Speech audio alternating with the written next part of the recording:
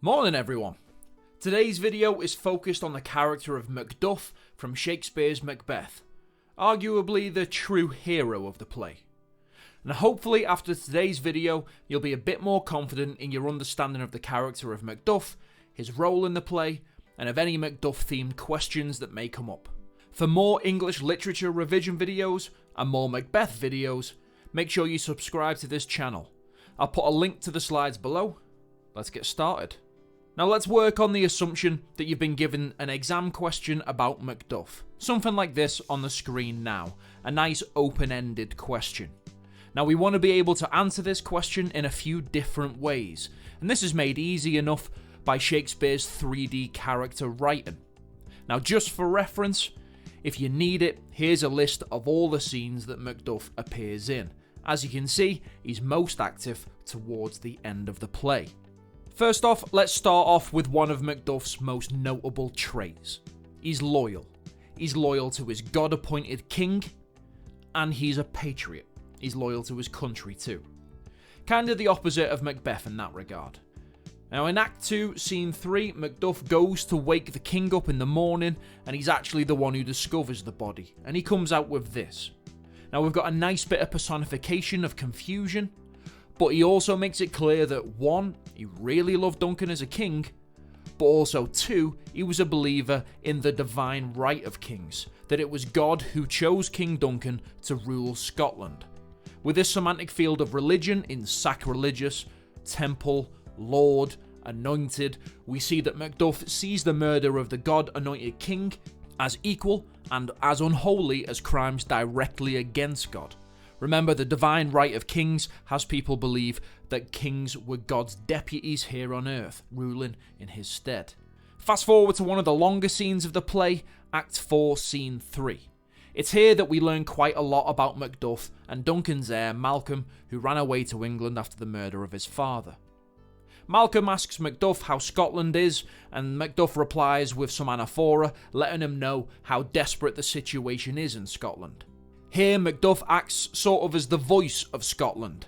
He lets the audience, and Malcolm, know exactly how bad the situation has got in his beloved country. This is furthered when he says, "Bleed, bleed, poor country." Now Malcolm then starts testing Macduff, and claims if he's king, no woman will be safe from his lustful advances. And Macduff replies with a bit of surrogate fatherly advice, saying, "Fear not yet to take upon you what is yours." He's that loyal to what he considers the true royal bloodline, and he's so desperate to get rid of the tyrant Macbeth that he'll overlook Malcolm's shortcomings. But only within reason. Malcolm takes it a bit too far, and Macduff, being loyal, tells him the truth, that he's not even fit to live, never mind govern, and he starts to feel sorry for his country then. Now Macduff still remains loyal, praising Duncan as a sainted king, and by calling Duncan's usurper a fiend of Scotland, enemy to the country. Fast forward to the end of the play now, and Macduff has remained loyal to the country by killing Macbeth, the person he sees as plaguing the country. He then remains loyal to the crown and loyal to the country by restoring Malcolm, the true king, to the throne. He becomes Scotland's hero in its hour of need. Next, we could argue that Macduff is suspicious, particularly of Macbeth and his role in Duncan's death. First off, after Macbeth kills the guards outside Duncan's chamber in Act 2, Scene 3, Macduff doesn't buy his excuses of an uncontrollable rage killing and asks Macbeth why he did it.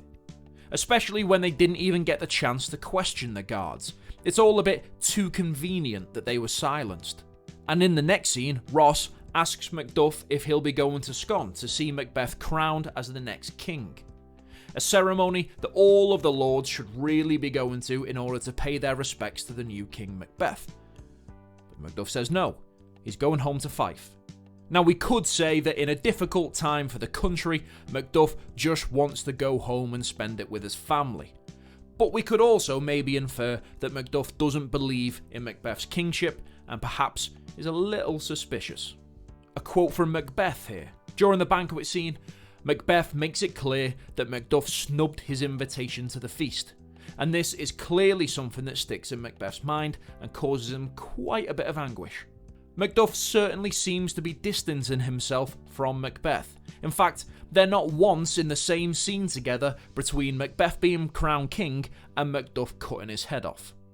And finally, a lord tells Lennox that Macduff has gone to England to get Malcolm, raise an army, and come back to overthrow Macbeth. Clearly, Macduff isn't a fan of Macbeth's kingship.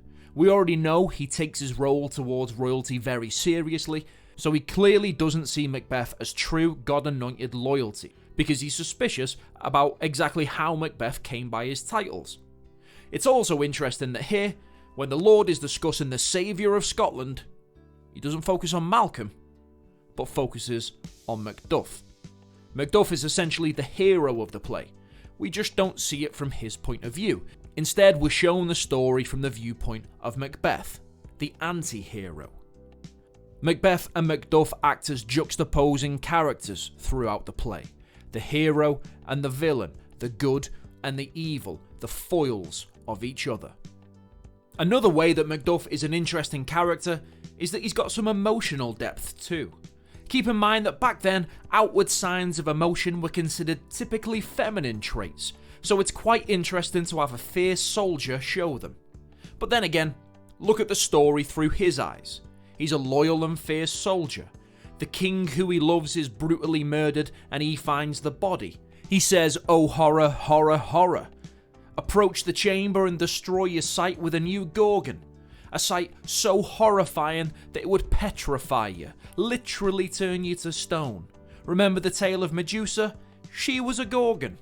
Then Macbeth rises to the throne in suspicious circumstances. Macduff's workmate Banquo vanishes one day. The country he loves is being ruled and abused by a tyrant. Then if that's not bad enough, his wife and children are slaughtered while he's away at one fell swoop.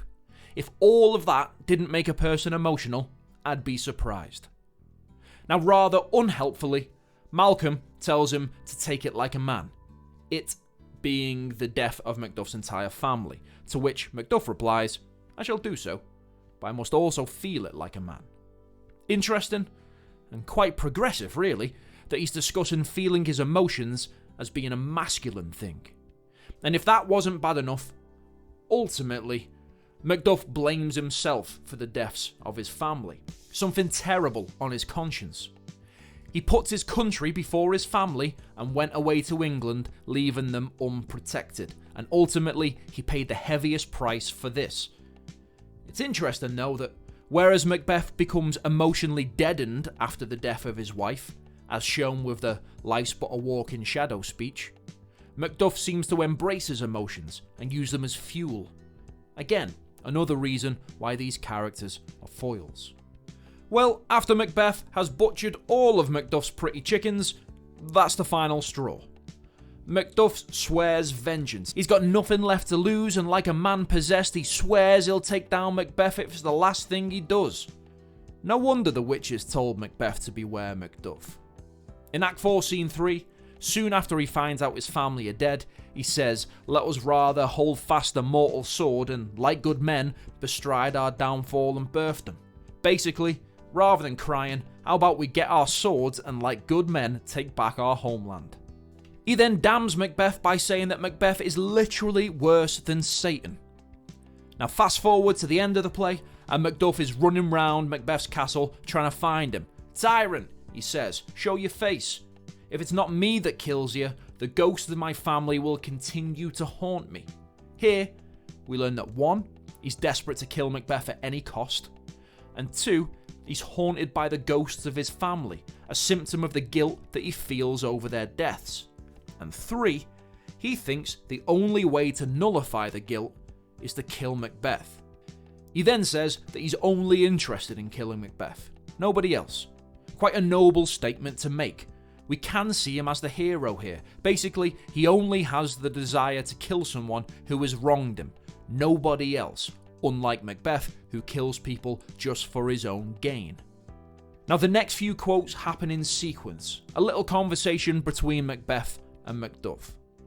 Now once he finds Macbeth, Macduff wants him to turn to face him, Notice how he doesn't stab Macbeth in the back, or kill him in some cowardly way like in his sleep, like Macbeth killed Duncan. He wants to look him in the eye.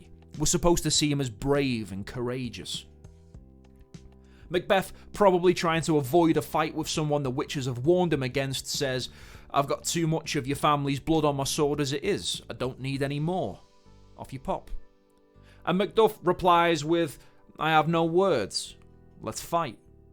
Macbeth mentions he's got a charmed life, which must not yield to one of woman born. And then, plot twist, Macduff reveals that he wasn't woman born. His mum had a cesarean.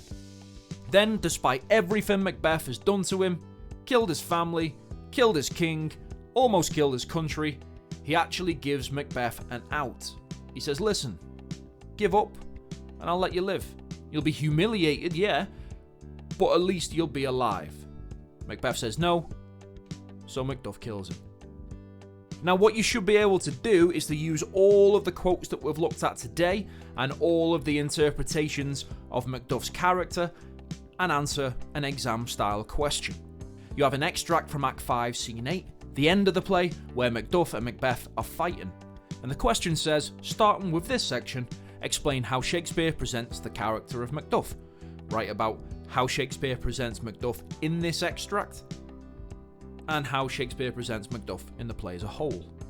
Now, my advice is to follow the essay structure that your teacher has given you, but if it were me, I'd go for one paragraph on bullet point 1, which focuses on the quotes in the extract, then one paragraph on the second bullet point, which asks you to focus on the whole of the play. So for this, you can use any of the quotations that we've looked at in this video, and then, if you have time, one more paragraph on a bullet point of your choice. So in the time you're given, you'd have around 2 to 3 paragraphs in your essay. Now, the best way to improve in English is to write a practice response, get some feedback on it, then use that feedback to improve your next practice response. Rinse and repeat. So if you're challenging yourself and aiming to improve, pause the video and give this exam question a go. And that's it for this video. Like and subscribe if you found it useful. And if you know of any other key Macduff quotes, add them to the comments section. And if there's anything that you want me to make a video on, let me know in the comments. Thanks for watching, and happy revising.